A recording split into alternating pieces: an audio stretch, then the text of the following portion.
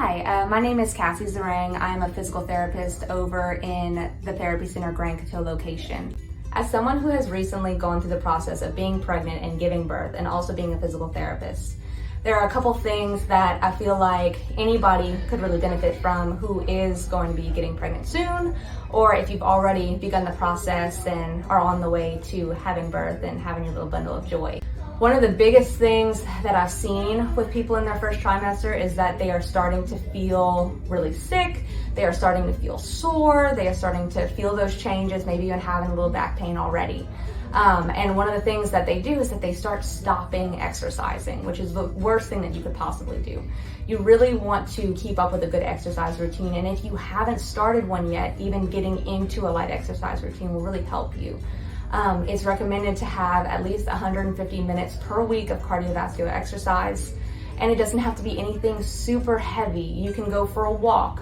You can increase how much difficulty it is by holding light weights or walking at a faster speed, but you want to work out to a point where you're having a little trouble holding a conversation, but still able to talk. That's a good way for you to know that you're exercising at the right intensity. But starting that early on is really going to help you to prevent getting really short of breath later on in the pregnancy, and it's going to help you to prepare for, the marathon that is birth itself. Another thing that we notice in the first trimester is that you are starting to have all of your ligaments start to loosen up because of these hormones that are in your body. So that's what's going to allow your pelvis to widen to allow for birth to occur. But it also affects other areas. One of the biggest areas where you have tendons that can stretch out is in your feet. You hear all the time that people say, whenever I was pregnant, I went from a size 6 to a size 7. It's not because the foot is growing, it's because those ligaments in the arch are actually stretching out, and so they lengthen that way.